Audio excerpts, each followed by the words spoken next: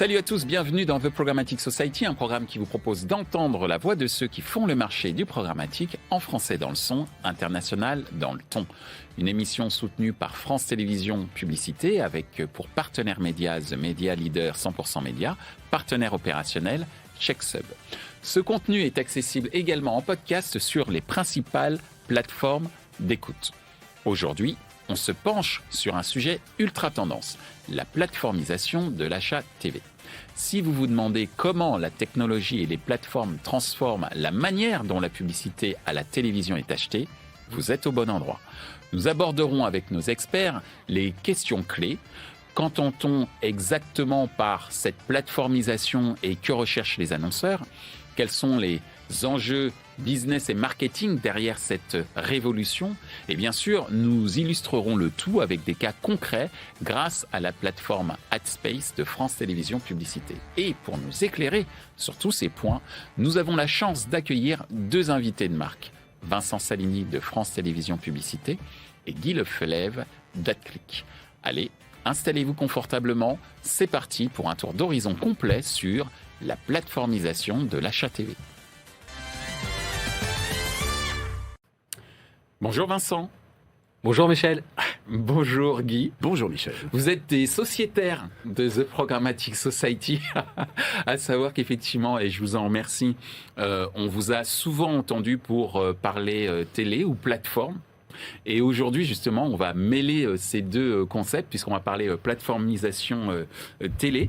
Et justement, qu'est-ce qu'on entend par plateformisation de l'achat télé et quelles sont les attentes des annonceurs sur ce sujet, de ton point de vue, Vincent ?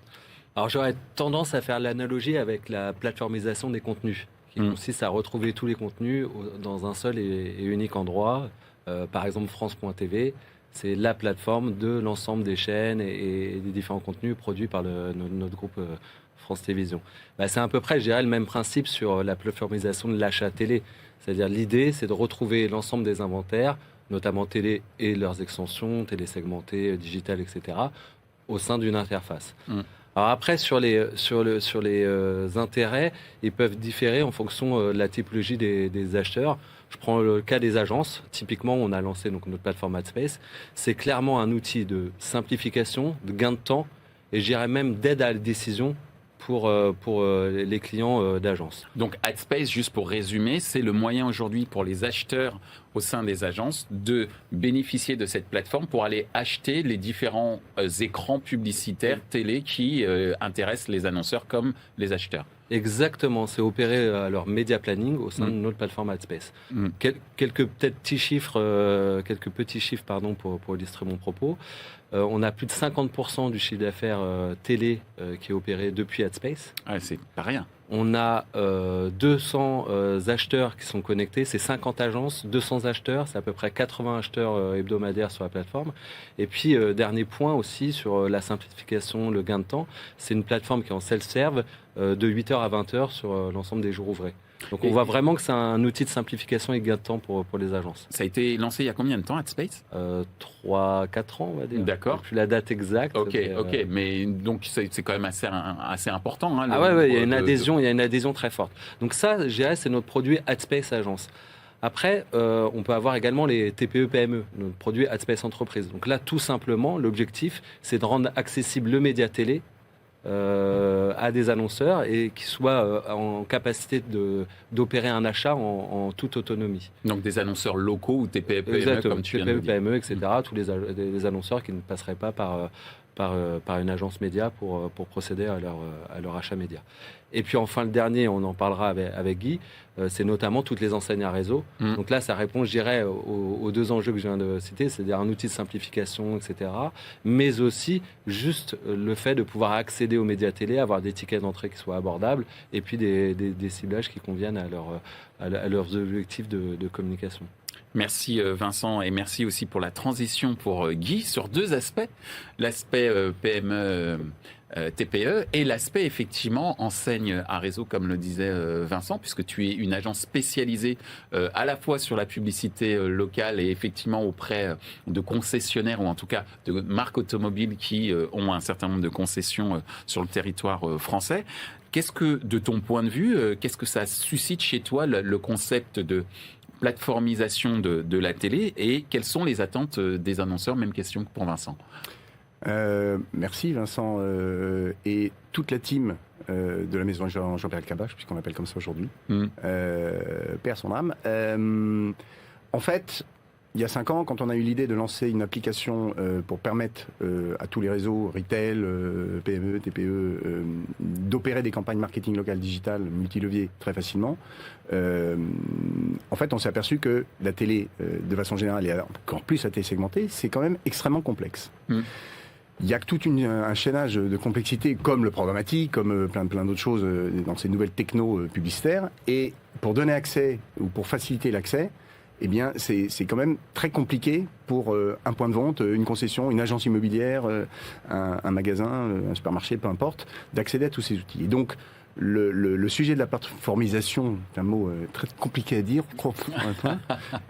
il consiste vraiment à se dire que, et c'est ce qu'on a fait pendant un peu plus d'1 an avec toute la team tech de France TV et la team tech chez nous, c'était de trouver le moyen pour un point de vente, un responsable marketing, un directeur de magasin, un directeur de concession, de pouvoir commander une campagne là de télésegmentée sur sa zone, personnalisée, avec un mandat, etc., de façon extrêmement simple. Et aujourd'hui, ce qu'on a fait avec les équipes, c'est que ça donne cet accès extrêmement simple où un utilisateur, un abonné à notre solution, peut en 2 minutes, parce que c'est exactement le temps qu'il faut, commander une campagne télésegmentée personnalisée à un endroit. Donc la plateformisation, c'est surtout rendre simple ce qui est ultra complexe. Nous, on connaît le système derrière la machine, mais pour l'utilisateur, que ça soit extrêmement simple pour lui de se dire je peux enfin faire de la vraie télé, mais sur ma zone, avec des budgets adaptés, personnalisés, avec mon repiquage, etc., dans les règles de l'art, évidemment, de la télé. Ce que ça permet, c'est aussi une plus grande autonomie de l'annonceur ou de l'acheteur en agence pour pouvoir accéder à ces différentes audiences de manière simple et rapide. Tu parlais de 2 minutes. Montre en main. C'est exactement le cas. J'ai envie de faire de la télé. Si je veux faire de la télé de façon traditionnelle avant, c'est ultra long, ultra complexe. Là, je peux, à J- quelques jours, me programmer une campagne, calibrer mon budget, calibrer ma cible, faire mes repiquages. Et ça, c'est un accès formidable pour eux, quoi. Merci Guy. Alors, quels sont les enjeux business et marketing autour de cette plateformisation de l'achat TV? On vient de parler d'une plus grande autonomie, d'un gain de temps, mais d'un point de vue marketing et business, quel est ton avis sur les enjeux autour de la plateformisation? Voilà. Il est dur, ça. La plateformisation de l'achat TV. Guy a commencé à l'évoquer, c'est-à-dire si on fait référence aux grands acteurs mondiaux qui ont connu un vrai succès sur le marché publicitaire, donc je pense bien évidemment Google, Meta, TikTok et j'en passe, Amazon. Qu'est-ce qui a fait ce succès? Le contenu? Je pense pas. C'est pas le contenu qui est un critère différenciant. La qualité? Non plus. La puissance? Oui. Et notamment la puissance globale. Mais objectivement, à l'échelle nationale, la télévision n'a pas du tout à rougir en termes de puissance, au contraire. Le ciblage, la data, également. Mais ce qu'on arrive à faire désormais sur la télé segmentée, cette capacité de ciblage, et je dirais même, on va encore un cran plus loin de ce qu'on faisait jusqu'à maintenant avec des partenariats avec des acteurs du retail, on n'a plus à rougir par rapport à ces grands acteurs. Ce qui fait, je pense, vraiment la différence, ce qui a fait la différence, c'est leur capacité à s'adresser, à ouvrir leurs inventaires publicitaires au plus grand nombre. Et donc, notamment, cette plateformisation. Donc, moi, je pense que l'enjeu, il est crucial, justement, pour les médias télé, je dirais, voire même traditionnels. C'est comment on rend accessibles nos inventaires publicitaires. Et donc, c'est vraiment l'objectif de nos plateformes AdSpace, tout en reniant pas notre ADN, ce qui fait la qualité de nos offres, le contenu, la qualité, mais aussi la maîtrise. C'est-à-dire la maîtrise des copies créatives qui sont diffusées sur nos chaînes, la maîtrise de la monétisation, cette souveraineté qu'on a de monétiser nos inventaires publicitaires. Donc pour moi, l'enjeu, il est en effet crucial et vraiment, et c'est là où on est en effet extrêmement fiers de ce qu'on a pu faire avec les équipes d'Atlic, c'est justement rendre accessible le média télé grâce en effet à cette innovation, cette prouesse technologique et la télé segmentée, mais à des acheteurs qui n'auraient jamais pu le faire jusqu'à maintenant. parce que trop complexe, etc. Donc, en ayant un produit qui soit simple d'usage et tout ce que vient de décrire Guy, parce que le workflow il est assez complexe, on rend accessible au même titre les 2 minutes, c'est à peu près le temps qu'il doit falloir sur un Facebook Ads ou un Google, etc. Donc c'est ça l'objectif. Donc pour moi l'enjeu est crucial et honnêtement on est en train, alors on est extrêmement humble, mais on arrive vraiment à démocratiser le média télé via le prisme de la plateformisation.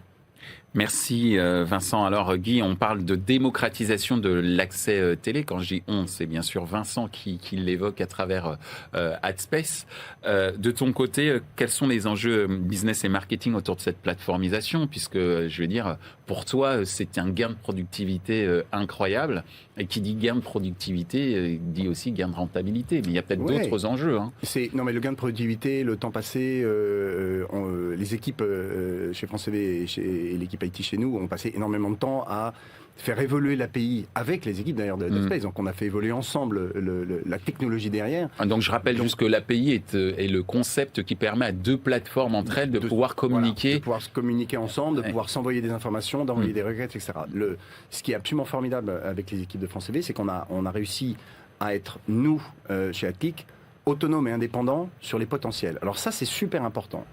On est capable, en 5 minutes au téléphone, sur un certain nombre de codes postaux, sur une cible donnée, avec un format donné, de dire à un client, à un utilisateur, à un abonné à notre application, combien de spots, impressions, il y a toujours du wording un peu spécial, performisation, combien potentiellement sur une cible donnée, on peut diffuser sur 14 jours sur sa zone. Et ça, on le fait en temps réel. Donc ça, c'est une prouesse technique qui est un peu chez nous, ce qui nous donne un avantage par rapport au marché, parce qu'on est les seuls à avoir cette capacité en temps réel, à avoir le potentiel exact. Et donc, en fait, ce que disait Vincent, c'est on donne accès à des gens qui n'y avaient pas accès. Ouais. Donc c'est ce qu'on a fait en imaginant notre application au démarrage, c'est donner accès aussi aux programmatiques. On fait des deals aussi programmatiques avec France TV en mode display et autres. Donc c'est assez génial que un point de vente dans son coin à Albertville ou à Beaune chez mes parents, je reprends toujours l'exemple, puisse en 2 secondes se dire je veux faire une vraie petite campagne télé, donc j'accède à un média qui est dingue, qui est hyper puissant, et la télé linéaire versus la télé segmentée, ça ne s'oppose pas, c'est très complémentaire. On ne peut pas s'amuser à faire une campagne télé nationale de 1 mois, voilà, les budgets sont colossaux, et là j'ai un accès extrêmement facilité, parce qu'en temps réel, je peux leur donner en 1 heure le potentiel et donc le budget qu'ils peuvent investir. On peut choisir le volume qu'on veut. Et justement, si on parlait de niveau de budget, on peut commencer à combien ? Je parle pour tes annonceurs, tu vois, parce que ce sont des annonceurs locaux, on parlait de démocratisation. Ouais. Donc voilà, le ticket d'entrée, c'est quoi ? Aujourd'hui, ça dépend des zones. Alors, non seulement ça dépend des zones, de densité de population. Si je fais une campagne à Beaune, avec 21 392 habitants, j'aurai pas la même inventaire non plus que si je fais à Lyon ou autre chose. Et puis surtout, on est calé sur l'inventaire dispo proposé par AdSpace et France TV. Donc on va se caler par rapport à ça. Et grosso modo, on peut faire une campagne à 1000 euros, 1200 euros, 1500 euros, 2000 euros en fonction des zones.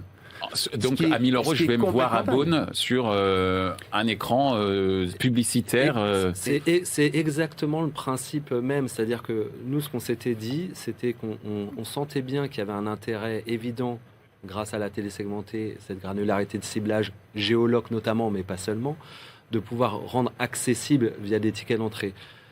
Et a fortiori pour les enseignes à réseau. C'est-à-dire qu'en effet, comme le soulevait Guy, c'est-à-dire qu'on a la capacité d'avoir une campagne où simultanément, on va avoir finalement pas une campagne, mais 80 campagnes. Et en fonction du potentiel réel de chaque zone, le budget va varier en fonction de ce potentiel. Bien évidemment du budget de l'annonceur final, et donc en moyenne, on peut avoir une campagne à 1300, 1500 euros, et puis on a certains, ça sera plus, d'autres moins, etc. C'est cette capacité, justement, vraiment, nous la force, je pense, de ce qu'on a réussi à construire, c'est casser ces barrières à l'entrée du média télé. D'accord. C'est ça qui est formidable, je pense, pour les annonceurs. Merci Vincent. Tu voulais rajouter quelque chose, Guy, par rapport à ce que tu disais tout à l'heure ? Non, c'est effectivement cette accessibilité, facilité pour accéder à un média qui est dans le contenu est juste génial. Bien sûr. Et pour eux, alors c'est le côté, je me vois à la télé, certes, mais il y a aussi des notions, on parlera plus tard, et puis qui évoluent avec le temps sur qu'est-ce qu'on peut mesurer, est-ce qu'il s'est passé quelque chose dans mon magasin, etc.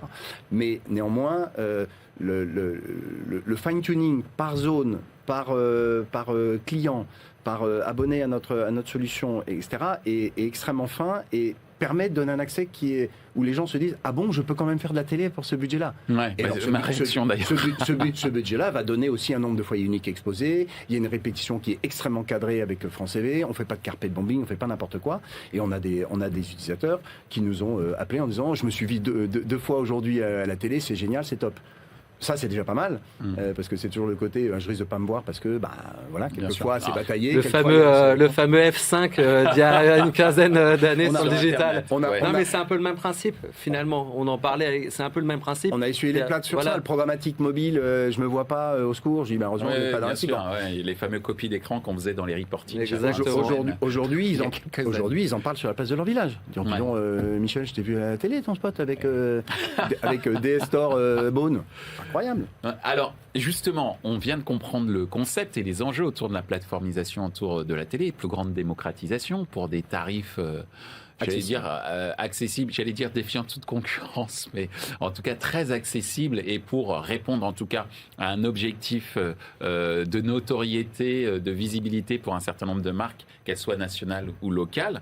Bon, mais est-ce que vous avez des exemples très concrets, notamment en termes de résultats, par l'intermédiaire justement de la plateforme de France Télévisions Publicité AdSpace, avec des résultats opérationnels probants, Vincent? Encore une fois, en fonction de la typologie des acheteurs. AdSpace Agence, j'ai évoqué un certain nombre de chiffres ou de succès. On voit qu'il y a une vraie adhésion et qu'aujourd'hui, encore une fois, ça pèse plus de 50% du chiffre d'affaires et que ça cesse de croître.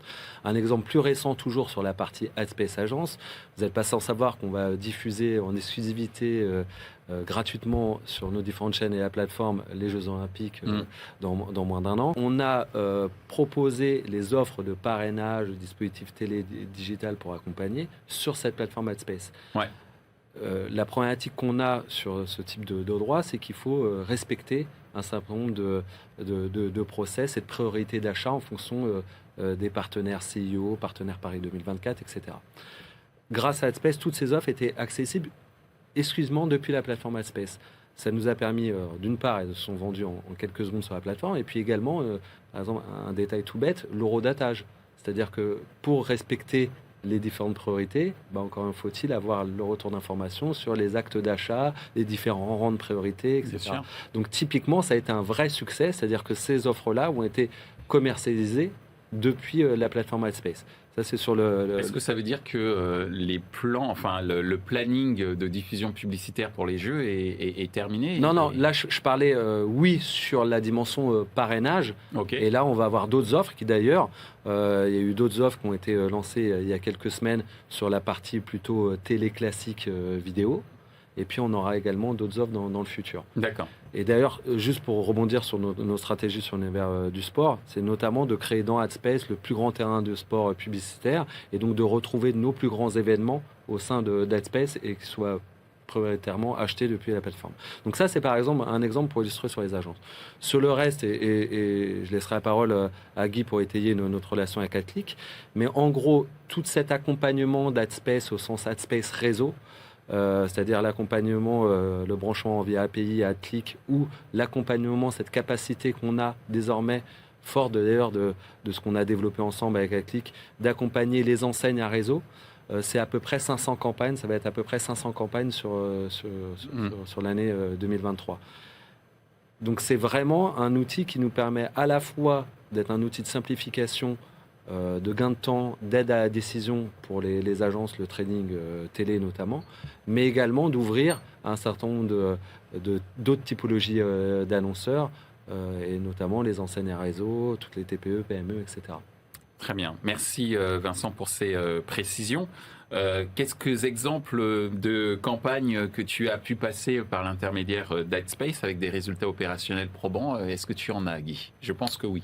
Oui, on en a évidemment parce que on arrive à convaincre, on arrive à séduire avec ce mode opératoire, parce que c'est très clairement le mode opératoire qui séduit les marques qui disent ah bon je peux en fait finalement, et on leur dit mais oui bien sûr. Dire qu'il y a quelques années qu'on pouvait faire une campagne télé à 1 000 €, ça paraissait complètement improbable. Donc c'est pour ça que ça crée toujours l'étonnement. C'était effectivement difficile pour une partie d'annonceurs de le faire. Sur les 500 campagnes, on en a fait 235. Ah ouais, vous êtes vraiment des adeptes. Donc, on est un peu donc, un partenaire premium. Oui, ça prend du temps. L'adhésion est fortement un peu compliquée. Il faut un spot, il faut la VRPP, il faut MyManda, il faut des tas de choses. On a tout automatisé. Pratiquement tout. On a un peu d'AdOps, c'est heureusement parce qu'on a les équipes de Vincent et Antoine que je salue aussi, et toutes ces équipes pour faire du fine-tuning et optimiser, regarder ce qui se passe. Et donc voilà, on a une bonne expérience. Vous, retailer, qui êtes intéressé par les segmentés, appelez-nous. Passez par Vincent si vous voulez. Hop, la petite minute pub. Mais donc c'est vrai qu'on a suffisamment d'expérience aujourd'hui pour essayer de gagner encore du temps, essayer de donner des informations très précises.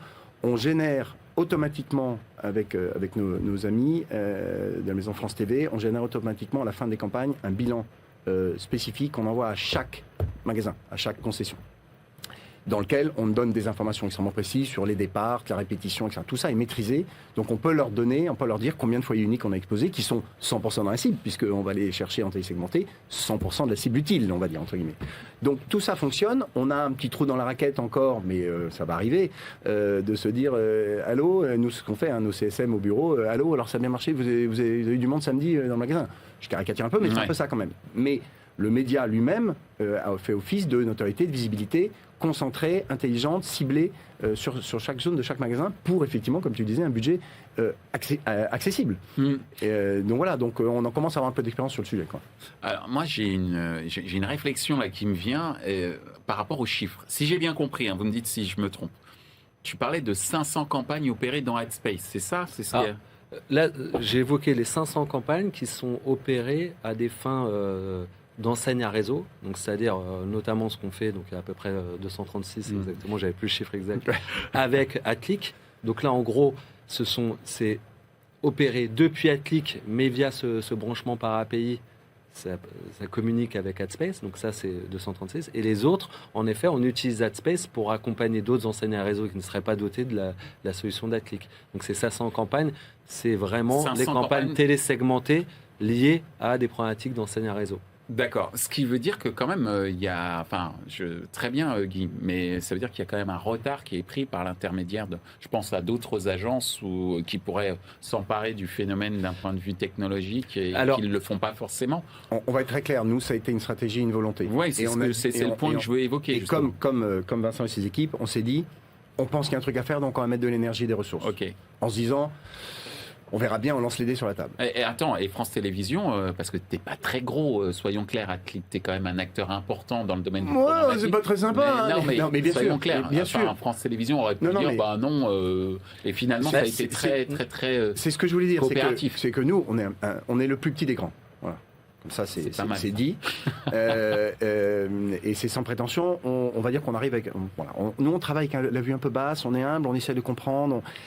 On voit bien que là, ça prend. Alors, ça prend avec des dimensions qui sont peut-être à notre rythme, mais on voit que ça prend et que il faut toujours pousser les feux, expliquer, montrer, etc. Donc oui, on peut dire de 130 que c'est pas beaucoup, etc. Sauf que toute la mécanique pour arriver à les réaliser de façon safe, propre, intelligente avec des clients, c'est toutes ces mécaniques-là qu'on a montées avant. Donc c'est un énorme boulot. Donc il faut un savoir-faire pour se lancer. Il faut un saurfaire. Il y a beaucoup de choses derrière qu'on ne voit pas, mais c'est comme quand tu vas chez une voiture, on va te montrer l'intérieur du moteur, après on dit maintenant vous conduisez. Ouais. Je reprends toujours cette vue-là. Donc oui, ça prend du temps, mais l'adoption commence à être de plus en plus forte. Et comme on a un pool de clients qui est sans doute beaucoup moins important que nos amis agences, on a décidé d'investir dessus. Donc la rentabilité est là, elle est peut-être un peu plus faible que d'autres, mais on sait que l'enjeu est très important et qu'on va accéder et on va donner accès à une multitude de réseaux. Et on a plusieurs nouveaux cette année qui sont arrivés grâce à cette mécanique-là. Merci Guy, Vincent. Oui. Nous, en gros, quand on a été les pionniers en télésegmenté, on a été la première chaîne à diffuser des segmentés en France. On avait une conviction, c'était que ça s'adressait à plusieurs typologies d'acteurs. Là, on a beaucoup parlé d'acteurs locaux, etc. Et, ça en fait partie. On pensait également, et on ne s'est pas trompé, que ça pouvait intéresser des acteurs captifs télé, qui déjà opéraient des campagnes, mais en complémentarité de ce qu'ils pouvaient opérer grâce à la granularité de ciblage et l'ensemble des modalités existantes en télésegmenté. Et puis il y avait un autre axe où on avait l'intime conviction, c'est qu'au-delà des annonceurs locaux, c'était ces fameuses enseignes en réseau. Pourquoi ? Parce qu'il y a bien évidemment l'effet des multiplicateurs, le nombre d'enseignes, et puis également, et il ne faut pas se leurrer, un garde-fou sur les copies créatives. C'est-à-dire que il existe des spots. L'annonceur local qui n'a pas du tout de spot, il va devoir en créer un. Il va falloir que ça respecte les guidelines à la fois de la RPP et puis également nous, de nos critères de qualité bien sûr. Publicitaire. Je pense que c'est un point important et également différenciant par rapport aux autres plateformes que j'évoquais en préambule. Et les enseignes réseau, ils ont la créa du siège. Et donc après, bien évidemment, il y a ce travail de personnalisation. On n'est pas jusqu'au repiquage d'adresse, parce que la loi ne le permet pas, mais avec la mention de la ville, etc., qui permet quand même d'identifier. Tu évoquais le cas de DS Beaune. Oui, quand tu es exposé à une campagne DS Beaune, tu n'as pas besoin de connaître l'adresse pour savoir, tu sais où se trouve la concession. Si tu ne le sais pas, tu fais une petite recherche et tu le trouves facilement. Donc, on avait cette intime conviction que ça pouvait être pertinent pour les enseignes à réseau. Et c'est la raison pour laquelle on a investi main dans la main avec AdClick. Et d'ailleurs, au-delà de ce qu'on peut faire avec AdClick, j'évoquais AdSpace Réseau, on vient de l'annoncer, c'est-à-dire que c'est mettre à disposition de nos forces commerciales AdSpace pour accompagner ces briefs de campagnes multilocales et de fluidifier sensiblement tout leur flow du forecast des inventaires publicitaires, ce qu'on a fait avec AdClick, à l'accompagnement, la diffusion, le bilan, etc. Il y a 2-3 ans, quand la télésegmentée s'était lancée, on pouvait recevoir des briefs de cette nature, on était dans l'incapacité totale d'y répondre. Là, aujourd'hui, vu qu'on a sensiblement fluidifié tous les maillons de cette chaîne, ça nous permet d'accompagner ça. Et donc, aujourd'hui, nos forces commerciales, elles capitalisent sur AdSpace Réseau pour être une aide à la décision, être force de proposition auprès de ces annonceurs qui peuvent avoir des briefs, je dirais, multi-local.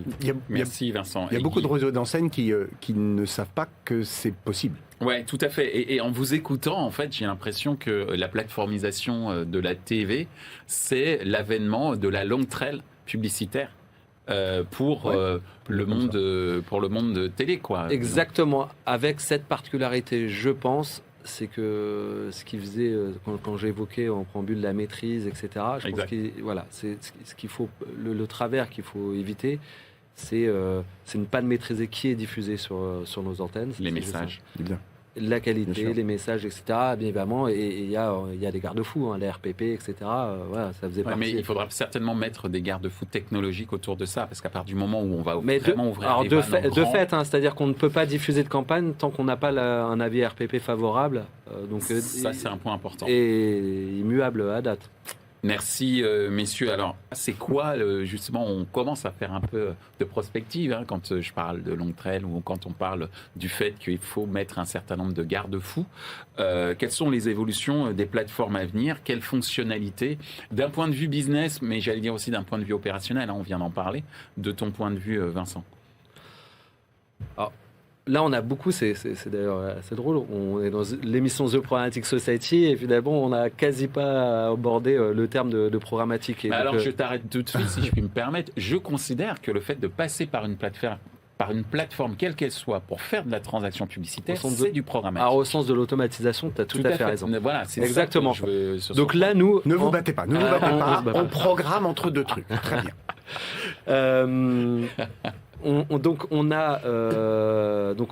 Notre objectif, c'est continuer à coller le plus possible aux besoins de nos clients.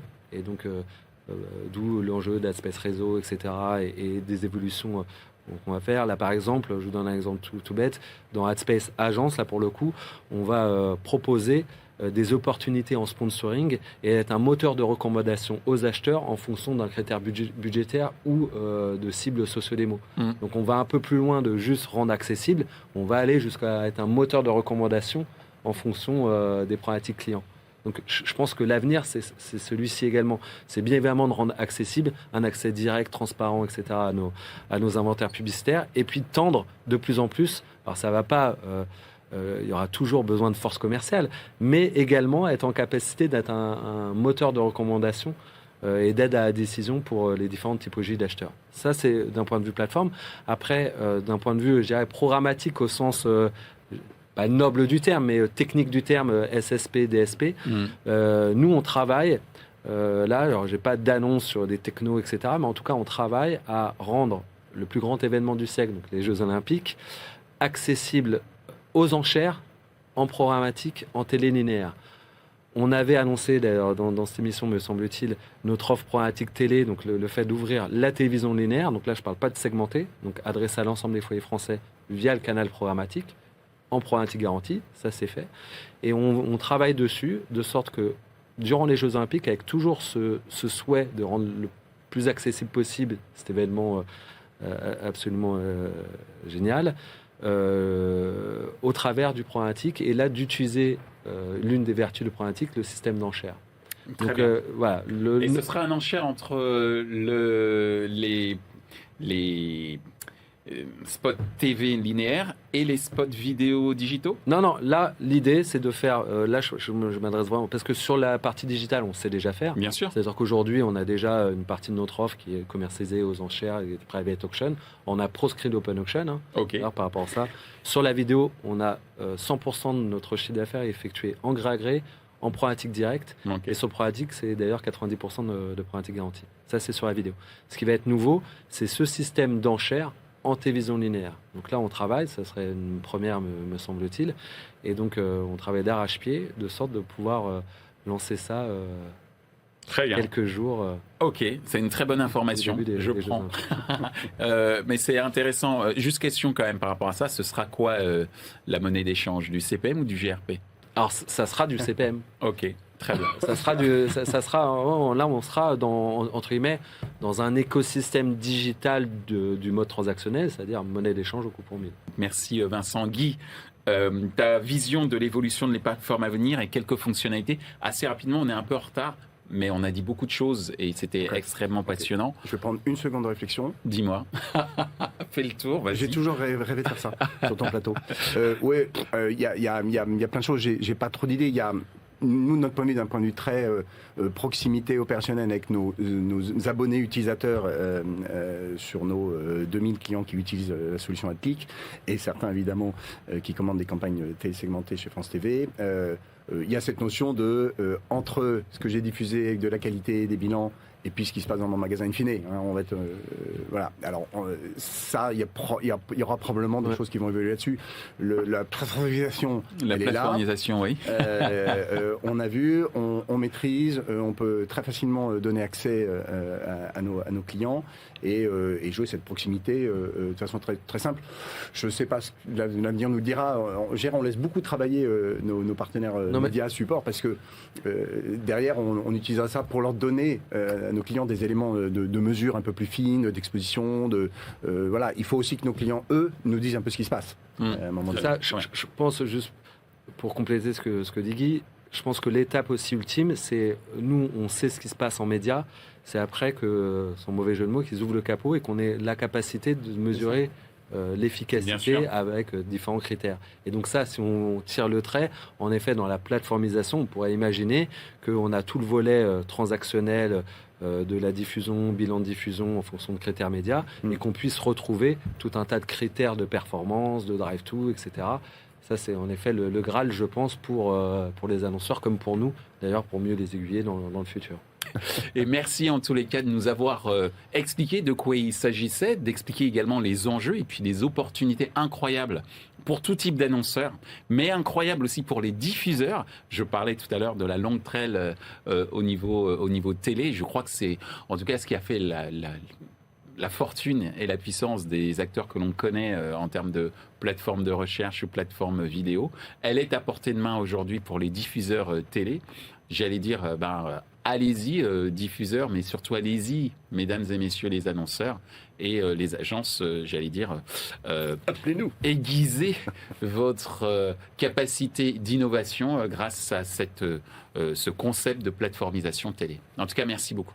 Merci. Merci Michel.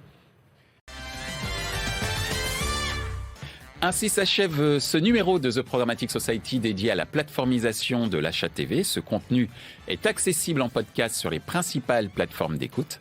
Merci pour leur soutien à France Télévisions Publicité. Merci à notre partenaire média 100% Média The Media Leader et à notre partenaire opérationnel pour la traduction et sous-titrage via intelligence artificielle, CheckSub.